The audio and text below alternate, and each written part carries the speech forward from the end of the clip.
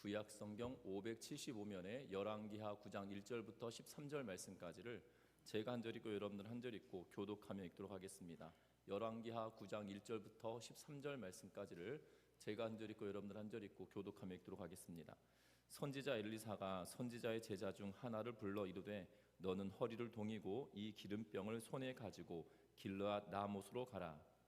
거기에 이르거든 빛의 손자 여호사밧의 아들 예후를 찾아 들어가서 그 형제 중에서 일어나게 하고 그를 데리고 골방으로 들어가 기름병을 가지고 그의 머리에 부으며 이르기를 여호와의 말씀이 내가 내게 기름을 부어 이스라엘 왕으로 삼노라 하셨느니라 하고 곧 문을 열고 도망하되 지체하지 말지니라 하니 그 정년 곧 그 선지자의 정년이 그 관이라.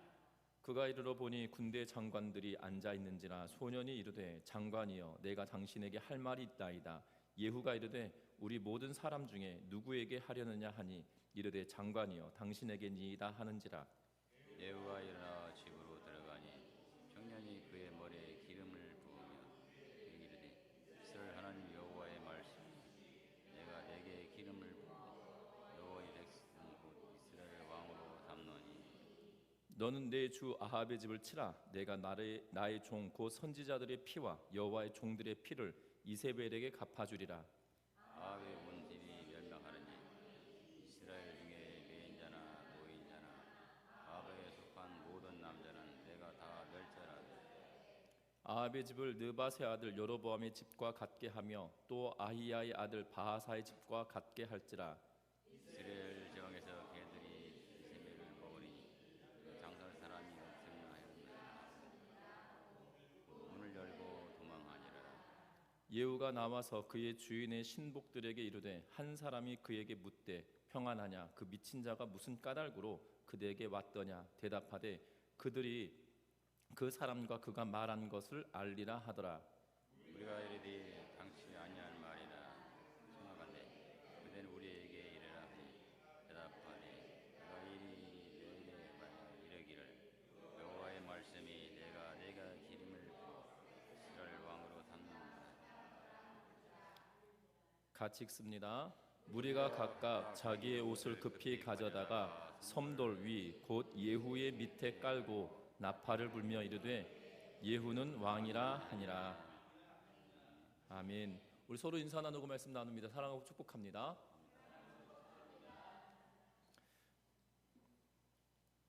우리 대한민국은 1960년부터 1980년대 이르기까지 대한민국은 근대국가의 위상을 확립하는 그러한 시기였다라고 소개하고 있는 것을 보게 됩니다. 이 글은 어디에서 나와 있냐면 여러분들이 한국 역사박물관이라는 곳에 홈페이지에 기록되어져 있는 그러한 내용인데요. 그래서 60년대부터 80년대까지에 대한 이야기를 하면서 대한민국은 근대국가의 위상을 확립하는 시기였다 이렇게 이야기합니다. 남북한의 긴장 상태가 그리고 대결 구도는 지속되고 있었지만 정치 경제적으로 비약적인 발전을 이루는 시기였다라고 이렇게 그 역사박물관 홈페이지에 기록해 놓고 있는 것을 보는데요. 실제적으로 그랬던 것 같습니다. 정치적으로는 군부 독재에 의하여서 참으로 어려운 시기를 지내갔지만 경제적으로는 여러 가지 상황에 맞물려서 이 경제적으로 성장하는 시기였음은 부인할 수 없는 일인 것 같습니다.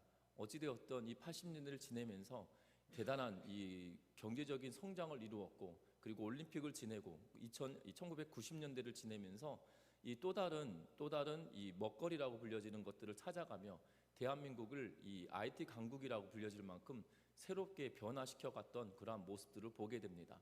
그래서 대한민국이라고 하는 나라는 이 세계 역사에 유례가 없는 그러한 나라들 가운데 하나입니다.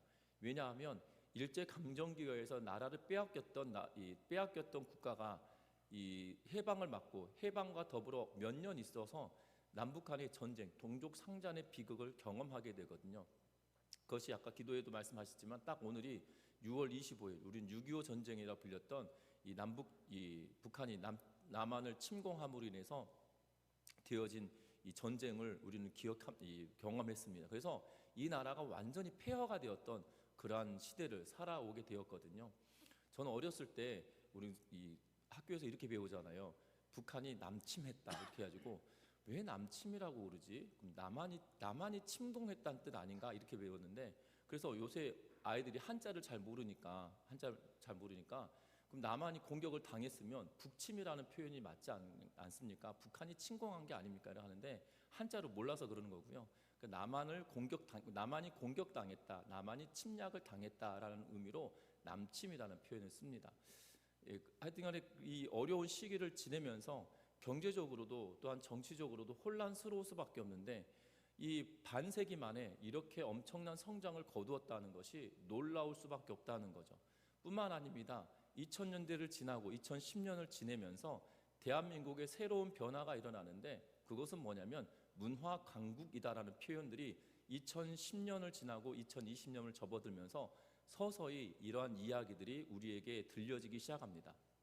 저는 최근에 이 한 방송에 식판이라고 하는 무슨 식판이라고 하는 프로그램이 있거든요. 그 프로그램을 보면서 깜짝 놀랍니다. 왜냐하면 급식을 가지고 대한민국 급식으로 세계 곳곳의 학교들을 다니면서 급식을 제공해주고 또한 의뢰인들에게 이 음식을 제공해주는 그러한 프로그램인데, 급식이라고 하는 이 용어도, 그리고 급식이라고 하는 제도가 제일 먼저 시작됐던 나라가 영국이라고 합니다. 그런데 그 영국의 급식을 이 학생들에게 제공하는 그러한 내용을 보면서 이런 급식은 없었다, 뭐 이런 느낌이에요. 예, 세상에 이런 급식은 없었다, 뭐 이런 느낌이고, 그리고 급식을 제공해주는 그 면면들을 보면 놀랍다라는 생각이 들어집니다. 심지어 그들이 음식을 대할 때 뭐 놀랍다, 경이롭다, 뭐 이런 표현을 쓰고, 진짜 놀랍다 이런 표현을 쓰는 그러한 모습을 보는데, 먹을거리에서도, 그리고 음악에서도, 또한 영화에서도 각 문화적인 영역에서까지도 이 대한민국이라고 하는 나라가 굉장한 강국이 되었음을 우리는 몸소 보게 되어지는 그러한 모습인 것 같습니다. 어찌되었던 이 나라가 그렇게 새롭게 변화되어져 가고 있고, 세계 속의 한국이다라는 표현도 있지만, 이제는 세계 속의 한국이라는 그런 의미가 정말 피부로 와닿는 그러한 시기를 우리가 보내가고 있는 것 같습니다. 이렇게 대한민국이라고 하는 나라가 역사적으로 이렇게 흥황해져 가는 이유들이 여러 가지들이 있습니다. 그 중에 이 학자들이 가장 많이 말하는 것이 뭐냐면 대한민국의 교육열이다라는 거예요. 대한민국의 교육열이라는 건데, 그 교육열에 대하여 이야기하면서 빠지지 않는 것이 문맹률입니다. 다시 말하면 글을 읽고 쓰는데 어려움을 겪는 사람들, 그들을 두고 문맹인이라는 표현을 쓰고, 그 문맹률이 세계에서 가장 낮은 나라예요. 대한민국에서 문맹률이 그 나라의 말을 읽고 쓰는데 가장 낮은 나라가 대한민국입니다. 그래서 이 교육 강국이라는 표현을 쓰면서 교육이야말로 대한민국을 강국으로 만든 첫걸음이었다라고 이야기하는 그런 학자들이 꽤 많습니다. 더불어 군부 독재의 폐단이기도 하지만 강력한 리더십을 또한 예로 드는 학자들도 있는 것을 보게 됩니다. 뿐만 아니라 이 세계적인 그런 상황이 대한민국을 부강하게 만드는 계기가 됐다라고 말하는 분들이 있습니다. 여러분들, 이 2차 세계대전의 패전국이었던 일본이 갑자기 이 경제적인 성장을 이루게 되었던 이유 중에 하나가 바로 대한민국의 남북전쟁, 북한이 남한을 침공했던 일로 이 일본이 군수품을 제공하는 일로 인하여서 부강하게 되었잖아요. 대한민국도 마찬가지로 이 월남에서, 그러니까 베트남 전쟁을 통해서 대한민국이 얻은 수익이 있기 때문에 그것을 이 전쟁의 수혜 국가로 표현되어지는 것을 보게 됩니다. 그래서 시대적 상황이 맞아떨어졌다라고 이야기하는 학자들도 있는 것을 보게 되죠. 그런데 여기서 우리가 빠져서 되지 않은 것이 하나 있습니다. 그것은 뭐냐면 그리스도인들이 기도하는 일이었다는 거죠. 정말 못 먹으면서도 금식하면서 기도하였던, 하나님 내 자녀들만큼은 배골치 않게 해주십시오. 하나님 내 자녀들에게만큼은 하나님 부강한 나라가 되어서 선교할 수 있게 해주십시오. 사실 당시에는 선교가 무엇인지도 몰랐던 세대들이지만 목회자들이 선교해야 됩니다라고 부르짖었던 그러한 일들로, 하나님 우리가 부자가 돼서 선교할 수 있게 해주세요 라는 그러한 기도로 살아왔던 믿음의 선배들의 기도가 응답되었다라는 생각이 들어진다는 거죠. 어찌되었던 이 나라가 새롭게 되어지고 새로운 역사를 써가는 과정에 있어서는 여러 가지 요인들이 있을 겁니다. 오늘 성경에도 새로운 역사를 쓰고 있는 그러한 대목을 보게 되어지는데, 이 새로운 역사를 쓰게 되어지는 과정에 무엇이 필요한지를 살펴보는 시간 되었으면 하고, 특별히 우리 전미중앙교회도 마찬가지로 새로운 역사를 써가는 그러한 시점에 우리가 서 있는데, 그렇다면 우리는 어떤 것을 행할 것인지를 관심을 가지고 우리가 무엇을 준비해야 되는지를 관심을 가지며 오늘 말씀을 보셨으면 좋겠습니다. 특별히 오늘 1절부터 3절 말씀까지를 같이 읽어봅니다. 9장 1절부터 3절의 말씀입니다. 선지자 엘리사가 선지자의 제자 중 하나를 불러 이르되 너는 허리를 동이고 이 기름병을 손에 가지고 길라 나무수로 가라. 거기에 이르거든 님시의 손자 여호사밧의 아들 예후를 찾아 들어가서 그의 형제 중에서 일어나게 하고 그를 데리고 골방으로 들어가 기름병을 가지고 그의 머리에 부으며 이르기를 여호와의 말씀이 내가 내게 기름을 부어 이스라엘 왕으로 삼노라 하셨느니라 하고 곧 문을 열고 도망하되 지체하지 말지니라 하니. 아멘. 오늘 이 성경의 말씀을 보면 엘리사가 그의 선지자 제자들 중에 하나를 불러서 허리를 동여라 라고 이야기하고 기름병을 가지고 길르앗 나못으로 가라 라고 이야기하고 있는 것을 보게 됩니다. 길르앗 나못은 요단 동편의 길르앗 지역의 중요한 도시 가운데 하나입니다. 비옥한 고원 이외에 건설되어진 도시인데요, 상업적으로나 군사적으로 요충지어서 그리고 교통으로도 요충지였기 때문에 이곳에서는 끊임없는 분쟁이 일어났던 그러한 지역이기도 합니다. 그래서 북이스라엘과 아람 사이에 치열한 격전이 자주 발생하였던 그러한 지역이고, 아합 왕이 이곳에서 전쟁을 치르다가 전사하기도 했고, 아합의 아들 요람이 이곳에서 전쟁을 하다가 또한 부상을 당하는 그러한 일들을 기록해 놓고 있는 것을 보게 됩니다. 엘리사가 그의 제자 가운데 한 사람을 택하여 그곳으로 보내고 또한 예후를 만나면 이러이러하게 행하라 라는 이야기를 하고 있는 것을 보게 됩니다. 여러분들 예후를 왕으로 삼아라 라는 이야기는 열왕기상 19장에 기록해 놓고 있는 것을 보게 됩니다. 엘리야에게 하나님께서 명령하고 계시는 것을 보게 되거든요. 그래서 열왕기상 19장 17절 말씀에 하사엘의 칼을 피하는 자를 예후가 죽일 것이요 예후의 칼을 피하는 자를 엘리사가 죽으리라 라고 이야기하면서 예후를 왕으로 삼아라 라고 엘리야에게 말씀하고 있는 것을 보게 되죠. 또한 아람의 하사엘을 또한 왕으로 세워라 라고 말씀하고 있는 것을 보게 됩니다. 분명한 것은 하나님께서 엘리야에게 이미 명령하시고 엘리야에게 예후를 왕으로 삼으라 라고 말씀하셨음에도 불구하고 엘리야가 하나님께서 그를 데려가심으로 말미암아 세 가지 명령을 열왕기상 19장에 하고 있는데, 하사엘을 왕으로 삼고 예후를 왕으로 삼고 엘리사를 너의 제자로 삼아라, 이 세 가지 사명을 그에게 주셨는데, 세 번째 사명이었던 엘리사를 제자로 삼는 것, 이것 하나만 수행을 하고 이 두 가지는 완성을 하지 못하고 하나님께서 그를 이 바람을 일으켜 데려가고 있는 모습을 보게 됩니다. 그 이후에 엘리사가 하나님께서 주셨던 그 명령을 수행하는 과정에 있는 것을 보게 됩니다. 분명한 것은 이 하나님의 말씀을 엘리야가 받았고 엘리야가 그 말씀을 순행하고 또한 순종했어야 됨에도 불구하고 분명한 것은 이 일들이 여전히 남아있는 채로 하나님께서 데려가셨다는 거예요.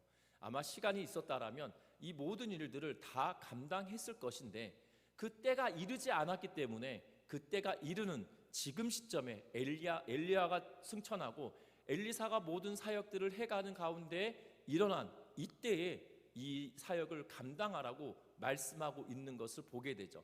여러분들 잘 생각해 보십시오. 그러면 엘리사가 이 명령을 받은 건가요? 엘리야가 받은 건가요? 엘리야가 받은 거잖아요. 그러면 엘리야가 받은 이 말씀이 도대체 그러면 엘리사에게 어떻게 전해졌을까요? 엘리야가 엘리사에게 말해 주었다, 전해 주었다라는 기록은 열왕기 상하를 통틀어 보면 그런 기록은 있지 않아요. 그런데 우리가 알 수 있는 것은 이 하나님께서 엘리야에게 말씀하셨다라는 사실을 엘리사가 찾아 들었다라는 사실이죠. 알고 깨닫고 있다라는 사실이에요. 엘리야를 통해서 들었든지 하나님께서 이미 그에게 내가 엘리야에게 이런 일을 명령을 하였는데 이것만 되었고 내가 엘리야를 데려왔다, 이제 네가 이 남은 사역들을 감당해 라는 이 두 가지 이유가 아니었다라면, 아니면 엘리야가 이 말씀을 듣고 떠벌리고 다녔을 수도 있겠지만 성경은 그런 이야기 하고 있지 않기 때문에 옳지는 않은 것 같아요. 그래서 많은 사람들이 다 알고 엘리야가 그러면 이 예후가 이미 숙청당했겠죠. 엘리야가 다 그런 이야기를 들고 막 이야기했다라면. 그런 내용들 살펴보면 이 세 번째 가정은 완전히 웃긴 이야기일 수도 있겠지만, 분명한 것은 엘리야가 엘리사에게 떠나면서 남겨주었던지, 하나님은 하나님께서 엘리사에게 그 일들을 하라고 명령해 주셨던지, 둘 중에 하나일 가능성이 높겠죠. 그런데 후자의 가능성은 적은 것처럼 보여집니다. 왜냐하면 선지자 엘리사가 선지자 제자 중에 하나를 불러 너는 허리를 동이고, 근데 그 앞에 하나님께서 그에게 명령하셨다라는 의미가 없어요. 그냥 그가 때가 되었기에 그가 이 일을 행하고 있는 것처럼 그 문장의 뉘앙스는 그렇게 말하고 있다는 거죠. 다시 말하면 이미 그에게 주어진 하나님의 말씀을 때가 되매 그 말씀을 찾아 이행하고 있는 그러한 모습을 보게 된다는 거예요. 우리의 신앙의 여정에 우리 전미중앙교회가 새로운 시대를 써가는 그러한 시점에 있다라면, 우리도 우리를 향한 하나님의 말씀을 붙들고 나아가야 된다는 거죠. 엘리야에게 주셨던 그 말씀을 엘리사가 찾아들고 이제 그 말씀을 이행하기 위하여 나아가고 있다라는 사실입니다. 우리를 향하신 하나님의 계획이, 하나님의 언약의 말씀이 어디에 있는지 그 말씀을 붙들고 기도하며 나아갈 수 있는 우리 전미중앙교회 온 성도님들 되시기를 주의 이름으로 부탁드립니다. 우리를 향하신 하나님의 첫 번째 계획은 우리를 통하여 땅끝까지 이르러 복음을 전하라는 사명을 우리에게 주셨다는 거예요. 이 사명을 우리가 놓쳐버리면 아무런 의미가 없다는 겁니다. 사람이 그 사명을 잃어버리면 그 사명의 끝은 결국 하나님께서 거두시는 것밖에 있지 않거든요. 또한 요한계시록을 통해서, 말씀을 통해서 보면 하나님께서 그 사명을 감당하지 않으면 촛대를 옮기신다라는 표현을 쓰고 있는 것을 보게 되어집니다. 우리가 기억할 것은 우리에게 주신 사명이 무엇인지, 언약 가운데 우리를 향하신 하나님의 말씀이 무엇인지 그 말씀을 기억하여 그 말씀을 찾아서 준행하는 우리 전미중앙교회 온 성도님들 되시기를 주의 이름으로 부탁드립니다. 그래서 정말 새로운 시대를 열어갈 때, 새로운 시작을 열어갈 때 우리가 하나님이 우리를 향하신 하나님의 계획을 새롭게 발견하고 그 말씀을 이행함으로 하나님께서 귀하게 사용하는 우리 모든 성도님들 되시기를 주의 이름으로 부탁드립니다. 여러분들 이 말씀을 보면서 하나님의 말씀을 찾아들고 엘리사가 이 일을 준행할 때 이 시기가 정확하게 어느 시점인지 학자들은 좀 분분해요. 왜냐하면 엘리사가 지금 점점점 노구의 몸으로 되어가고 있는 그러한 시점일 거다라고 이야기하는 학자들이 있거든요. 왜냐하면 이 열왕기 상하는 이 시대순으로 기록해 놓고 있기 때문이에요. 시대순으로 기록하고 있어서, 시대순으로 기록하고 있기 때문에 점점점 이 엘리사가 점점 이 사역들을 감당하고 나아가는 정점에 이르러가는 그러한 시기이기 때문에 어찌 보면 이 엘리사가 쉽지 않은 그러한 결단을 하고 있는 그러한 시기일 수도 있음에도 불구하고 이 일들을 감당하고 있다라는 거죠.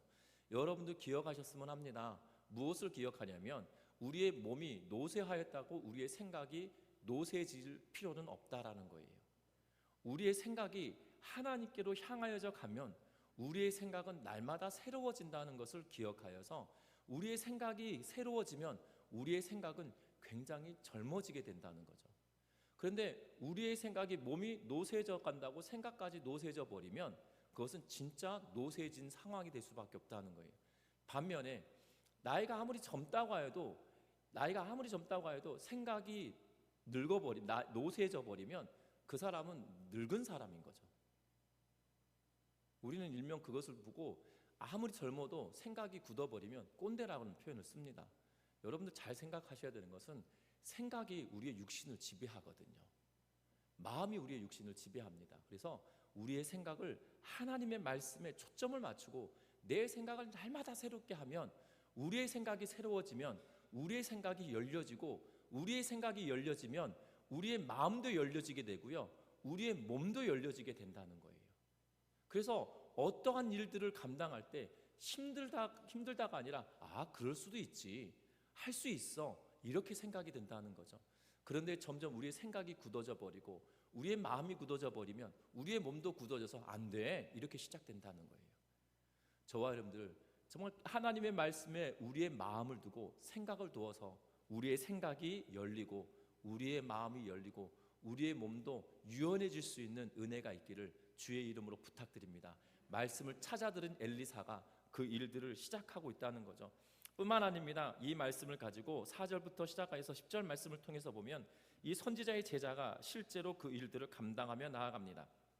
그래서 7절 말씀을 보면 이렇게 기록하는데요. 7절 말씀을 같이 한번 읽어봅니다. 7절의 말씀입니다. 너는 내 주 아합의 집을 치라. 내가 나의 종 곧 선지자들의 피와 나의 종들의 피를 이세벨에게 갚아주리라. 아멘. 어찌 보면 4절부터 10절 말씀까지는 1절부터 3절 말씀까지는 엘리사의 제자 중 한 명에게 이렇게 해라 라고 하는 말을 담아주었다라면 이제 4절부터 10절 말씀까지는 이 엘리사의 제자가 실제로 가서 예후에게 기름을 붓고 하나님의 말씀을 전하고 있는 대목이죠. 그런데 이 7절 이후부터의 내용은 이 1절부터 3절까지의 내용에 기록되어져 있지 않아요. 아마 이 저자는 앞에서 1절부터 3절 사이에 엘리사가 다 이야기했을 것인데 두 번 반복하지 않고 뒤에다 적어놓으므로 앞에도 똑같은 이야기를 했을 거다라는 추정을 할 수 있도록 우리에게 열쇠를 주고 있는 것처럼 보여집니다.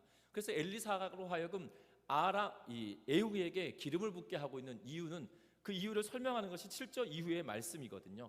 아합의 집에 내가 이세벨에게 그 피를 갚겠다. 아합의 집을 치고 이세벨에게 갚아주겠다라는 하나님의 말씀을 그에게 전하고 있는 모습을 보게 됩니다. 분명한 것은 하나님의 말씀을 붙들었다라면, 하나님의 말씀을 찾았다라면 그 말씀을 부여받은 이가 그 말씀대로 준행하고 있는 모습을 보게 된다는 겁니다. 신실하게 그 사명을 수행하는 선지자의 제자의 모습을 보게 된다는 건데요. 여러분들 염려가 되지 않겠습니까? 여러분들 잘 보시면 우리 5절 말씀 같이 한번 찾아서 읽어볼게요. 5절 말씀입니다. 같이 읽습니다. 그가 이르러 보니 군대 장관들이 앉아 있는지라 소년이 이르되 장관이여 내가 당신에게 할 말이 있나이다. 예후가 이르되 우리 모든 사람 중에 누구에게 하려느냐 하니 이르되 장관이여 당신에게니이다 하는지라. 아멘. 북이스라엘은 이세벨과 아합이 결혼하고 난 이후에 북이스라엘 땅은 바알과 아세라 신을 섬기는 일에 열심을 내었어요. 심지어 엘리야가 있고 엘리사가 있던 시대였음에도 불구하고 이방 신을 섬기는데 열심을 내었던 모습을 보게 되죠. 그래서 선지 생도들의 생활은 어려울 수밖에 없었고 또한 엘리사가 제자들을 먹이는 모습을 보면 참으로 측은한 상황이 여러 번 이미 우리는 보았습니다. 분명한 것은 그 어려운 시기를 지내가고 있는데 여러분들 이 선지자의 제자가 지금 갔는데 어떤 상황이냐면 5절에 보니까 군대의 장관들이 여럿이 앉아있는 그러한 상황이에요. 군대의 장관들이라는 표현을 써서 아마 지금으로 따지면 국방부 장관이라는 의미보다도 여러 장수들이 있고 그리고 그 가운데 예후가 우두머리 격인 것처럼 보여지는 그러한 상황으로 연출되고 있는 것을 보게 되죠. 하여튼간 장수들이 쭉 있는 그러한 상황이죠. 그런데 그에게 나온 이 선지자의 제자는 한눈으로도 그가 어떠한 사람인지 알 수 있을 법한 그러한 모습이었던 것처럼 보여집니다. 왜냐하면 뒤에 보면 이렇게 말하고 있거든요. 11절 말씀에 보면 11절 중반절에 그 미친 자가 무슨 까닭으로 라고 표현하고 있는 것을 보게 됩니다. 예후에게 기름을 붓고 하나님의 메시지를 다 전하고 나서 문을 박차고 나가서 막 도망치는 그런 모습을 보고 있거든요. 그것을 보고 아마 그 군대의 장관들이 지금 예후에게 묻는 겁니다. 저 미친 사람이 도대체 뭐라고 말씀했습니까? 라는 거죠. 여기서 이 미친 사람이라 표현됐던 것은 두 가지 이유 때문이겠죠. 첫 번째는 그가 문을 박차고 도망치듯 나가는 모습 때문에, 또 하나는 그가 왔을 때 그의 행색을 보고 어떠한 위치에 있는 사람인지 알았기 때문이라는 거죠. 분명한 것은 이미 그걸 볼 때부터 이미 알았던 것으로 보여집니다. 우리 대한민국에 복음이 처음 전해졌을 때 예수 믿는 사람들 보고 예수쟁이라는 표현으로 악담을 약간 좋지 않은 표현으로 사용했던 것을 보게 됩니다. 그리고 이 선교사들이 들어오면 그 예수 믿는 귀신들이다라는 표현을 쓰면서 폄하했던 그러한 기록들을 우리는 보게 되거든요. 왜냐하면 이 조선이라고 하는 나라에서는, 이 구한말 조선이라고 하는 나라에서는 하나님을 섬기는 자들이 아니었기 때문이죠. 그래서 하나님을 믿는 자들은 행색부터 달랐던 것처럼 보여졌기 때문에 그들을 두고 이 폄하하고 또한 비하하면서 이야기했던 것을 봅니다. 지금 바알과 아세라를 섬기기에 만연하였던 그러한 시대에 하나님을 섬기는 자들의 행색은 눈에 띌 만한 모습이었던 걸로 비춰지고, 그래서 그 사람들, 그 선지자의 제자가 오는 것부터 시작해서 그 사람이 하나님을 섬기는 것을 알고 비하하며 이야기했을 수도 있다라고 하는 전제가 깔려 있다라는 거죠. 어찌됐든 나가는 모습을 통해서든지 아니면 들어올 때부터 이미 그가 하나님을 믿는 자로 비하되어지고 폄하되어지는 모습 때문에 미친 자가라는 단어가 그에게 붙여졌는지는 알 수 없으나, 어찌되었던 지금 시대적인 상황으로 보면 예수 믿는 것이, 하나님을 믿는 것이 폄하되는 그러한 시기였음에도 불구하고 그들 앞에 당당하게 나아가서 내가 할 말이 있다. 누구에게 할 말이 있냐? 당신에게 할 말 있다고 하며 예후를 데리고 골방으로 들어가고 있는 그러한 모습은 놀랍다라는 거예요. 여러분들 그렇지 않겠습니까? 행색이 남루하고, 그리고 예수 믿는 것, 이 구한말 시대에 여러분들이 예수 안 믿는 사람이라 생각해 보면 갑자기 그 고울 수령에게 정말 비천해 보이는 사람이 와서 당신에게 할 말 있다고 그러면 그 고울 수령이 그 이야기를 들어주겠냐 이 말이에요. 지금 현재 우리의 모습으로 상상을 해보더라도 쉽지 않은 일이었을 것 같은데, 이 명령을 하나님께서 하나님의 사람을 통하여서 그에게 주신 말씀을 준행하고 수행하는데 이 일들을 감당할 때 거칠 것들이 너무나 많은 그러한 상황임에도 불구하고 이 일들을 신실하게 수행해 가고 있는 그러한 모습을 보게 된다는 거예요. 저와 여러분들도 마찬가지일 겁니다.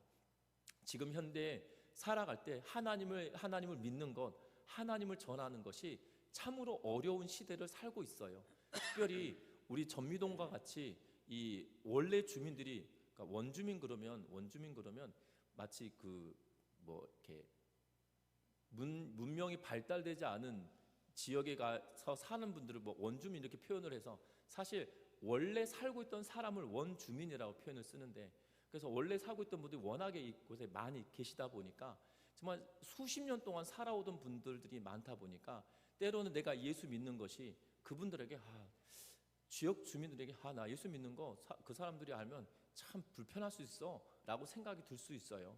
그런데 그것이 중요하지 않아요. 중요한 것은 하나님의 말씀이 지금 나에게 뭐라고 말씀하셨고 그 말씀을 내가 어떻게 수행하고 있냐는 문제거든요. 지금 예후를 데리고 골방으로 들어간다는 것은 불가능에 가까운 일일 것처럼 느껴져요. 그런데 이 일을 감당하고 있거든요.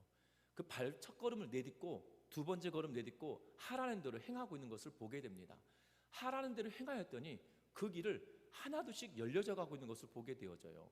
여러분, 우리는 이 본문을 5절부터 6절 말씀 내용을 보면 그럴 수도 있겠구나라고 생각을 하는데요, 그럴 수 없는 일이 벌어지고 있는 거거든요.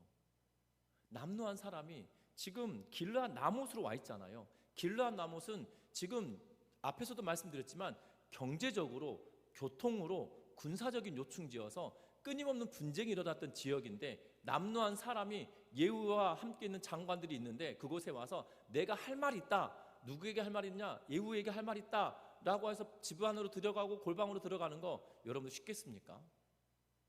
그가 스파일 수도 있고 간첩일 수도 있는데, 여러 모양으로 보더라도 되어지지 못할 일이 지금 5절과 6절 사이에 일어나고 있는 거예요. 그 이유가 뭡니까? 하나님께서 주신 말씀을 전달받은 그가 하나님의 말씀을 준행하고 순종하려고 하는 그 순간에 하나님은 그 길을 열어가시고 만들어가고 계시는 모습을 보게 된다는 겁니다. 하나님이 그 일들을 행하기 위하여 순종하는 자들을 이끄시고 돌보시고 도와주시는 상황을 우리에게 연출하고 있다는 것을 기억하면서 저와 여러분들이 이 땅의 삶을 살아갈 때 주신 말씀대로 순종하며 살아가는 은혜가 있기를 주의 이름으로 부탁드립니다. 때로 우리의 환경이 우리로 하여금 말씀을 붙들고 살아가지 못하게 만드는 환경이다 할지라도 첫 걸음을 내딛으며 하나님의 뜻을 이루기 위하여 나아가는 우리 모두가 되셔서 하나님의 능력을 드러내는, 하나님의 살아계심을 드러내는 믿음의 성도님들 되시기를 주의 이름으로 부탁드립니다. 뿐만 아닙니다. 이 예후가 그의 신복들과 더불어 이야기를 하고 있습니다. 뭐라고 이야기하고 있냐면 예후가 나와서 그 주인의 신복들에게 이르니 한 사람이 그 신복들에게 나옵니다. 그랬더니 그 중에 한 사람이 뭐라고 이야기하냐면 그 미친 자가 무슨 까닭으로 그대에게 왔더냐. 대답하되 그대들이 그 사람과 그가 말한 것을 알리라 하더라 라고 이야기하고 있는 것을 보게 됩니다. 그러면서 무리가 이르되 당치 아니한 말이라 청하건대 그대는 우리에게 이르라 하니 라고 이야기하는 거 봐서 이 문장이 우리는 한글 번역 성경으로 볼 때 내가 당신들에게 알려주겠다라는 의미로 받아들일 수 있는데 이 말이에요. 그러니까 이게 반어법이죠. 내가 너희에게 알려야 되냐? 이 말인 거예요. 내가 너희에게 알려야 되냐? 그랬더니 당치 않다. 우리에게 알려야 되지 않냐? 이 말을 하고 있는 것을 보게 됩니다. 그래서 이 어리석은 말 하지 말고 빨리 우리에게 말해라 라고 지금 체근하고 있는 것처럼 보여지죠. 그러자 예후가 말합니다. 그가 와서 말하되 뭐라고 이야기하면 내가 내게 기름을 부여 이스라엘의 왕으로 삼는다 하셨다 하더라 라고 이야기를 합니다. 여러분들 잘 생각해 보십시오. 지금 그 장관들은 그 사람 미친 사람이다라고 폄하했잖아요. 뛰어나갔을 때 모습을만을 가지고 그를 미친 사람으로 표현한 것이 아니라 앞에서도 말씀드렸지만 들어올 때부터 그에 대한 이미지 또한 그에 대한 생각 그리고 그가 뛰쳐나가는 모든 상황 때문에 미친 자라고 비판하며 폄하하고 있는 그런 모습을 보게 되죠. 그 미친 사람이 뭐라고 이야기했습니까? 기름을 붓고 당신을 하나님께서 왕으로 삼겠다라고 이야기했다는 거예요. 그러면 여러분들 어떤 반응이 나타날 것 같으십니까? 박장대소라면 정말 미쳤다 뭐 이렇게 해야 되는 게 맞지 않겠어요? 그런데 13절 말씀 같이 한번 읽어봅니다. 13절의 말씀입니다. 무리가 각각 자기 옷을 급히 가져다가 솜돌 위 곧 예후의 밑에 깔고 나팔을 불며 이르되 예후는 왕이라 하니라. 아멘. 오늘 본문의 내용 13절 말씀에 보면 반란을 일으킵니다. 되어지지 않을 일들이 일어나고 있는 것이 보게 되어져요. 하나님의 부르심에 응답하는데 하나님을 믿는 하나님의 사람을 미친 자로 여겼던 그의 부관들, 어떻게 보면 그의 장수들이 하나님의 말씀이 그렇게 전해졌다라는 이야기를 듣고 하나님을 믿는 것을 폄하하고 미친 것처럼 표현했던 그들조차도 그들의 마음이 돌이켜 부르심에 응답하고 있는 모습을 보게 된다는 거예요. 기적 같은 역사 아닙니까? 이미 하나님을 섬기지 않는 그러한 시대를 살고 바알과 아세라에 취하여 있는 그러한 인물들인데도 불구하고, 왜냐하면 아합의 가문에 충성된 신하들인 거잖아요. 아합의 가문에 충성된 신하들인데 하나님을 섬긴다? 그건 불가능한 일인 거예요. 그런데 그들이 뭐라고 하냐면 하나님의 사람을 폄하하고 비방해 보였던 그들이 지금 하나님의 명령이 나에게 이렇게 말씀하셨다라는 그 말과 더불어 그들이 옷을 벗어 솜돌 위에 놓고 예후의 발 아래 그 모든 옷들을 깔아놓고 왕이 되었다라고 외치고 있는 모습을 보게 된다는 겁니다. 하나님께서 아합과 이세벨을 심판하시겠다고 하시는 그 명령에 지금 그와 그의 장수들이 반응을 하며 움직이고 있는 모습을 보게 된다는 거예요. 저와 여러분들도 기억하셨으면 합니다. 새로운 역사는 이렇게 쓰여집니다. 하나님이 주신 말씀을 붙들고 정말 여건과 환경이 되지 않음에도 불구하고 하나님의 말씀을 순종하는 걸음을 걸어갈 때에 하나님은 그 걸음을 인도하실 뿐만 아니라 하나님은 그 일을 준행하시고 하나님이 그 일들을 이루어 가신다는 사실이에요. 이 군대 장관들이 웃어넘기면 될 만한 일이 아니겠어요? 정말 미친 사람 많네 이러고 웃어넘겨도 될 일인데 그렇게 하지 않다는 거죠. 하나님이 그 상황을 바꾸시고 일을 계획하신 이가 일을 이루어 가시고 일을 만들어 가신다는 거예요. 우리 전미중앙교회 성도 여러분들, 우리가 믿음으로 일어나고 믿음으로 행하고 말씀을 붙들고 끝까지 나아감으로 하나님의 능력을 드러내고 하나님의 능력을 나타내는 우리 모두가 되셔서 새로운 시대에 새로운 일을 이루어가는 새로운 역사를 써가는 우리 전미중앙교회 온 성도님들 되시기를 주의 이름으로 부탁드립니다. 우리 전미중앙교회의 부흥은 과거형이 아니라 전미중앙교회의 부흥은 지금부터라는 것을 기억하면서 내가 하나님의 말씀에 어떻게 반응을 보이고 있고 내가 어떠한 순종의 자리에 있고 하나님이 어떻게 행하고 계신지를 보면서 저와 여러분들이 마음을 다져갈 수 있는 우리 모두가 되시기를 주의 이름으로 부탁드립니다. 그래서 하나님의 뜻이 저와 여러분들 통해서 이루어져 나가고 예후를 통해서 하나님이 예후를 도구로 쓰셔서 아합의 집과 이세벨의 집을 멸하셨던 것처럼 저와 여러분들 통하여 이 땅에 하나님의 일을, 하나님의 약속을 성취해가는, 그래서 이 땅에 하나님의 살아계심을 드러내는 우리 모든 성도님들 되시기를 주의 이름으로 부탁드립니다. 기도합니다.